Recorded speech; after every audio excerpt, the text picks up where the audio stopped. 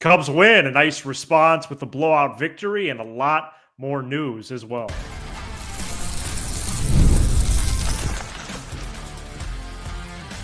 You are Locked On Cubs, your daily Chicago Cubs podcast, part of the Locked On Podcast Network, your team every day.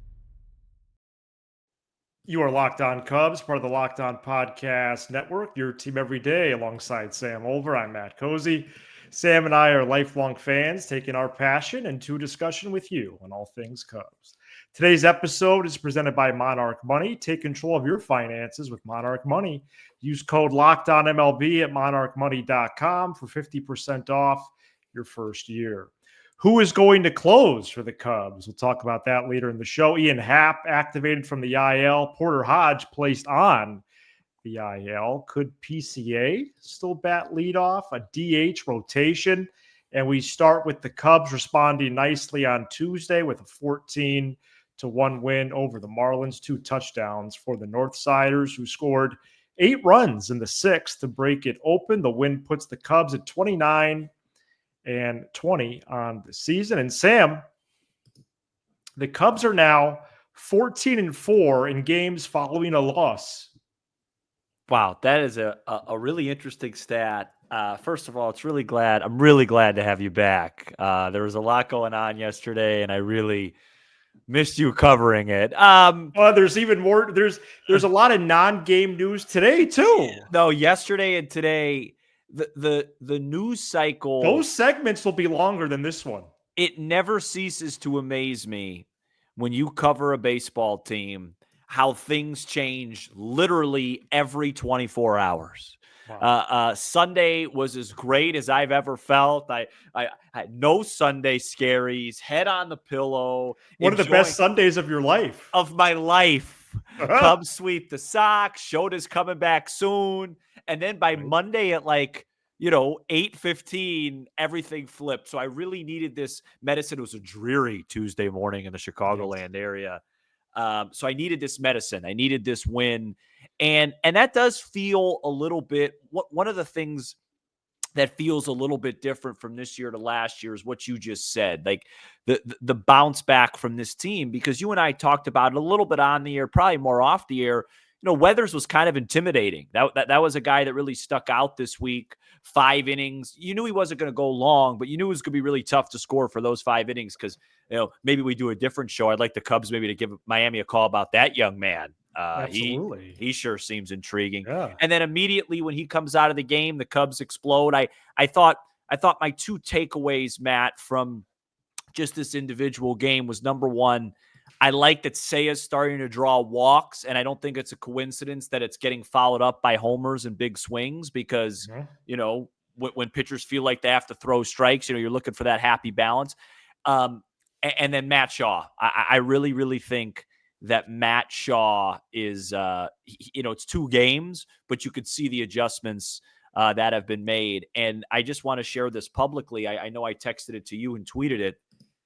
I had no idea until yesterday that he was even close. Seiya Suzuki now leads baseball in RBIs. Crazy. Did you know? Was that on your radar? No.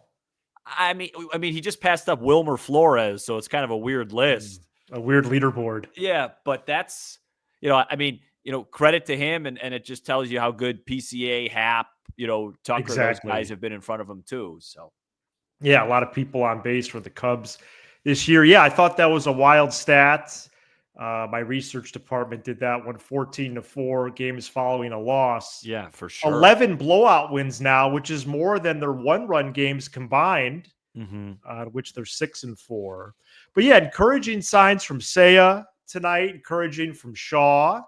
And then I would add in Tucker and Turner as well. Yeah. Oh, yeah. 3 hits for Seiya, Tucker, and Turner. Cubs went 9 for 15 with runners in scoring position, though that became inflated later by the 5-run ninth against a position player for the Marlins. But yeah, I think we can say now, even despite the turbulence, and I felt it especially just as the 6th inning was going on, in which they just broke it wide open, which made me do the research and actually go down that trail. it seemed like they responded nicely, and they do. They do that. It's a great stat. What that means, not totally sure, actually. It's a long season. If you're a contending team, you are going to win a lot more than you lose following a loss. That's just math. But at this point, as we reach the third, what would it be called? The third poll, the third mark, almost 1/3 into the year. Yeah, the 1/3 mark. What would you refer to that as? Yeah, I would probably just call it the 1/3 mark. Overthinking it. The 1/3 mark. Yeah. I think it is an encouraging sign for them, and even Carson Kelly tonight. Swanson was fired up many times. Yeah. He continued his on base streak. So it was overall a nice response, and Jameson Taillon went deeper, which later right.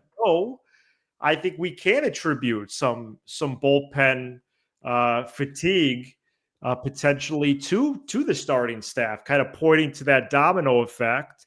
And it was good for him to respond to his last outing or two, 7 strong. Yeah, a lot of good points. Was a better day for Taillon. A lot less hard contact. I thought he hung a couple, but he was good. He was really good, and the Cubs needed him to be good. I agree with what you said. I mean, Tucker looked really good yesterday, just didn't get the results today. A little bit more elevation and whatnot. I also think that we've been doing this show a long time. It'll be 3 years pretty soon, and you know this about me. Our everydayers know this about me. I don't really typically get very excited over blowout wins unless you do it all the time, which the Cubs have done a lot, and unless you really need a rest for your bullpen, and those two things qualified on Tuesday night. So there is value in that. The Cubs just had to use Chris Flexen. They were able to get much needed rest on the heels of some really bad injury news and a bad bullpen loss. And so Matt, I mean, I think it swings over to a big getaway day Wednesday afternoon, and it would be a really nice series win. I know they're playing the Marlins, but after everything that happened on Monday, if they're able to bounce back, win back-to-back, going into their day off and facing the Cincinnati team that's going to be throwing their 3 aces, it would be Smoltz, Glavine, and Maddox this weekend for the Reds.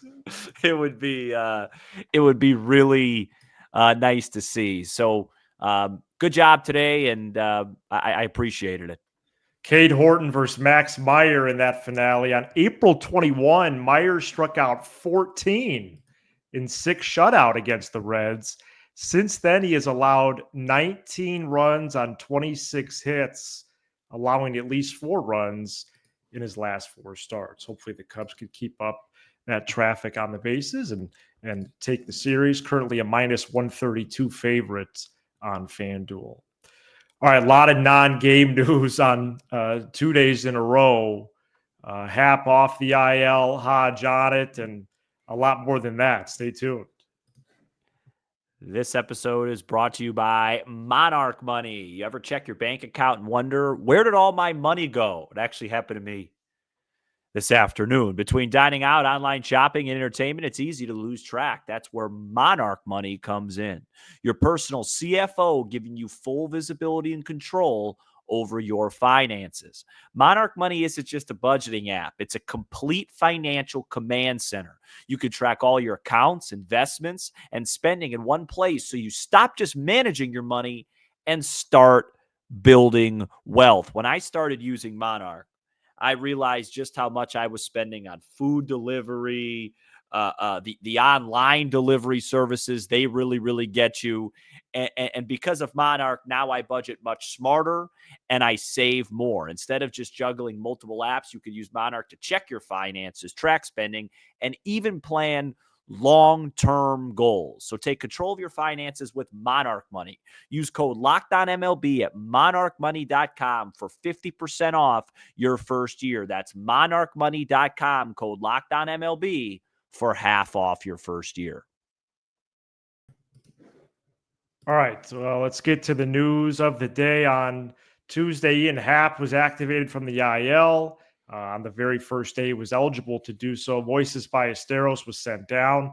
Porter Hodge was placed on the IL with an oblique injury. Ethan Roberts was called up. Before we get to a discussion about leadoff options and a DH rotation, the Cubs just had to do muscle comparison on Tuesday. Muscle Comparison was also a band that I saw in high school. But Craig Counsell said before Tuesday's game, Hodge's oblique injury is similar to Happ's.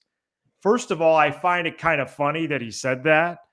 But also, dude, why should we believe you? As Sam said last episode, it's likely Counsell is just the messenger, sure, but that information carries less and less relevance with each day. And why do they keep doing this to themselves? Don't even do the comparison. Just explain the injury and move on. I don't understand. I'll even go one. It's dumb. I don't even. Well, they have to give you an update, by letter of the law. But what I don't understand is my beef. I've moved on from them and their dialogue with that. I just take what they say and just multiply it by 2.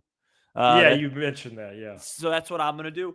What I don't understand is why a young man who throws 99 miles an hour pitched with discomfort on Saturday. Yeah, he said he felt pain. Not discomfort, pain. I just don't understand that. Makes no sense. If you feel pain, look, I don't need my medical degree to know that if you have pain in that area and you are throwing a baseball that hard, I don't want that. Just, I don't understand why they do that. It's happened a lot. Maybe it happens everywhere else. I don't cover every other team. I cover the Chicago Cubs, the Northside baseball team.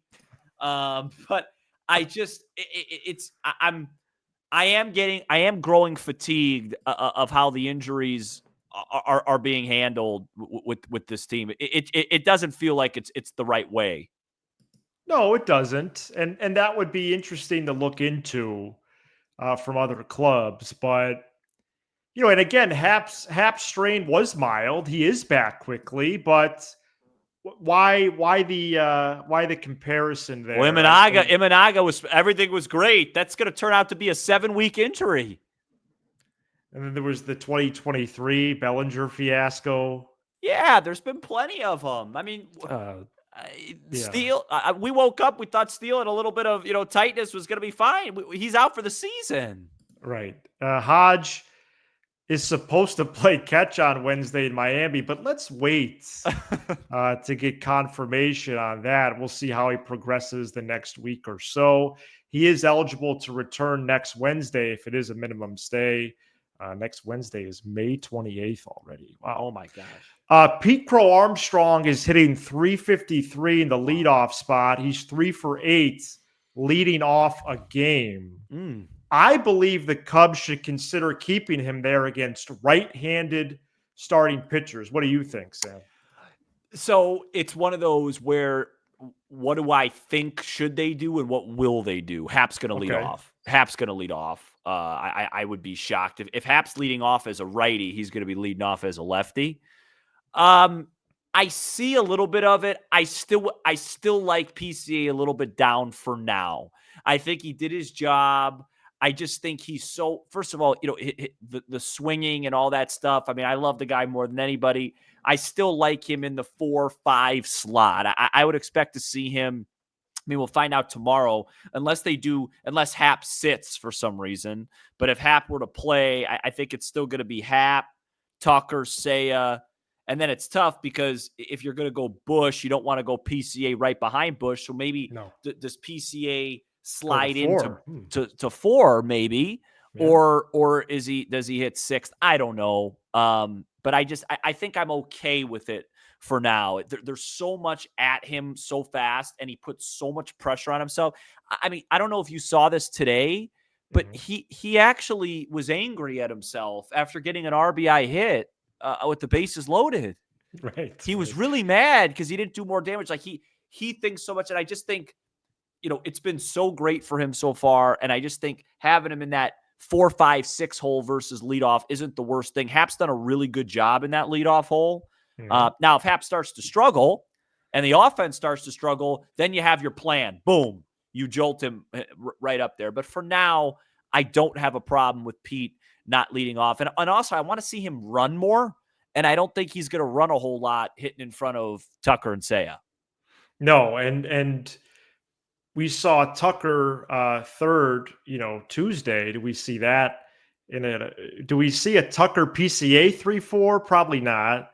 Yeah, I think they did the Tucker left. That was what they did with lefties to start the year. Yes, they haven't done it for a while. They hadn't done it for a while. I mean, evaluating Council's lineup, I mean, it's really dependent on what arm the guy throws with. It's two totally different things. So, well, I'd like to see. I think I'd like to see Wednesday then, which is at 12:10 Central. Yeah, Happ, Tucker, Seiya, PCA, Swanson, Bush, Horner, Amaya, Shaw. That would be really cool. That'd be really cool to see that. I wouldn't be shocked if you didn't, just because, like I said, I just think they want to ease Pete into it. There's so, all this guy's, think about his, you think we have a lot going on with, Hodge's injury and this and this. This guy, a month and a half ago, couldn't get a base hit, rejected an extension. It went public. Now he's in MVP conversations. He's 23 years old. You know what I mean? There's a lot being thrown at him at once, and he welcomes it. I mean, he wants it all. But I'd like to just, let's get back to what we were doing great early in the year and go from there. And who's going to DH on Wednesday? Council also said Tuesday there will now be a DH rotation with Happ, Seiya, and Tucker rotating between DH and outfield on a game-by-game basis. I did not see this coming, but could it actually be for, sure, I guess mileage, right, on their bodies, but maybe defensive reasons? Yeah, I mean, Tucker definitely has not impressed over there so far. I think that's fair to say. He's been average. I think average is the right term. And I also think Seiya's looked really good out there and left in a short sample. But I also believe this is because Tucker crashed into the wall yesterday. In the middle of the game, and he just looked a little bit shaken up, a little bit hampered up. And I'm telling you, he does not like the wall, and he does not like to collide. And I think they're just, hey man, let's get you back on track and go in there. I still think their best defensive lineup is Happ in left, Pete in center, Tucker in right. But, maybe, like you said, a little bit of mileage. I think it's a few factors. Seiya doing a good job, earning some trust. Tucker, having some mileage, maybe a little bit of, bruises on him too, and going from there. So, interesting. I thought that was a piece of news. Absolutely. Absolutely. It was. And more and more news continues because there's now this closer conversation. And really there was one before the Hodge injury, really. Even a healthy Hodge brought some questions with the bullpen down there. Let's get into that next. Craig Counsell said the Cubs will use a closer by committee approach moving forward. He also said the current group of relievers is tired, adding, quote, availability is going to be an issue. And that means that the guys that are available are going to be thrust in some different spots, close quote. And I'm tired of hearing that. No. Well, I think it's something to explore. They have been used a lot. I do think there's a chain of events happening here. Jed Hoyer even talked about it earlier in the week with some media availability there in Miami. The starters not going deep into games does have a clear domino effect. More of a culmination of it, and maybe we don't see it as much game to game, but it does add up. I think depending on who is due up, Sam, Keller and Thielbar should get the ninth. I know the former and Keller is getting a lot of momentum on Tuesday. Who pitches the ninth in a close game Wednesday? I put Pomerantz in that Thielbar level too. Both those guys with if it's lefty slot. Yeah, so that's quite a story, Pomerantz. So we go left, right, left. It's going to be Pomerantz or Thielbar. Right, left, right, Keller. And I don't really think that's very negotiable, to be honest. No, it shouldn't be. I think it's those three guys. Those are the names, for unless sure. There's fatigue issue. And then after that, because the problem with the lefties is they're matchup dependent. So you can't you have to remember, it's matchup dependent. So you have those three guys. Then I think it's probably Presley and Palencia. I mean, Craig Counsell went out there. He singled out Presley today and said, hey, besides that one start, he's been pretty good. I think that's a little manager speak for like, hey, a little confidence, whatever. Like, we're going to need him right now because we don't have another option because Presley has looked far better than Julian Merriweather has. Right. And so, then, they called up Roberts today. I would consider him very low leverage. So I think you have two guys that you really don't trust at all in a tie game or leading. That would be Roberts and Merriweather. Flexen is your long guy. Palencia and Presley are going to get you to that spot. And then the other three guys are that. And that's what it is right now. And it's not good. I think when you really look at it, Brad Keller is deserving. He really is. Every advanced metric says that he has been the Cubs' best reliever this year. When you go on the Savant, I mean, his expected ERA is 2.15. His expected that's good. His expected batting average is 184. Dang. He's been really good. He's gotten chase. I do believe the Porter Hodge injury is significant though, because you said it right. You said it right. He hadn't taken over the closer role, but it felt like if this team was going to be a very special 95 plus win team, he kind of had to, or and he was the velocity was starting to increase. The whiffs, the strikeouts weren't, but I wanted to see, like, I want a closer, a closer. Of course. When the Cubs came back in 2016 against the Giants, remember that game, of course? And Chapman just came in and just struck out the side and blew everybody away. Like, obviously, he's an all-time great closer who's still, by the way, performing at a ridiculously high level. But like that to me, like, that's a shutdown ninth inning. And I think Hodge had the ability to get there. And it's not like the guy's out for 6 months. He might be back in 2 weeks. So I hope when he comes back, he eventually can get there. I just think this team's better with him in that role. Yeah, it is. It is. And based on just pure talent, I think, the Cubs are now down their best starter and best reliever. And that's not two best starters. Thrilling. Right.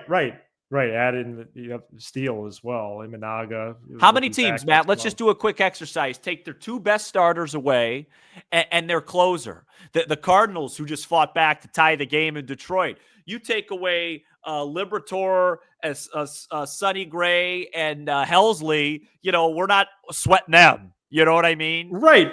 That's a great example, actually. It's a just great look example. Down the division. It's really hard to do, and so it's almost an impossible task.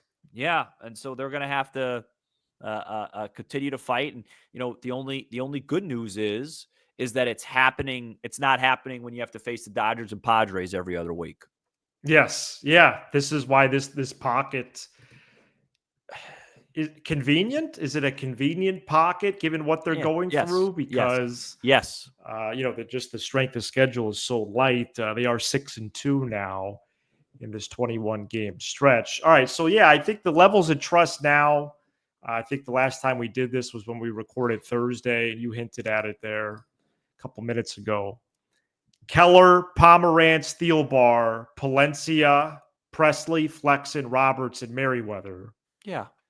And another question that I was curious about, and Flexen hasn't started now in weeks, and the Cubs really can't afford to do this, but we're gonna cover everything here. Ben Brown, again, it can't really put him to the bullpen right now. No, not right now. But that would certainly help things. And so when Imanaga comes back, okay, everybody knock on some wood. I think Horton is going to stay and go become a reliever. Or Horton is just going to stay in the rotation and Brown becomes a reliever. Why would Horton go to Des Moines? Well, we got to see more out of Horton. Right. Well, that's true.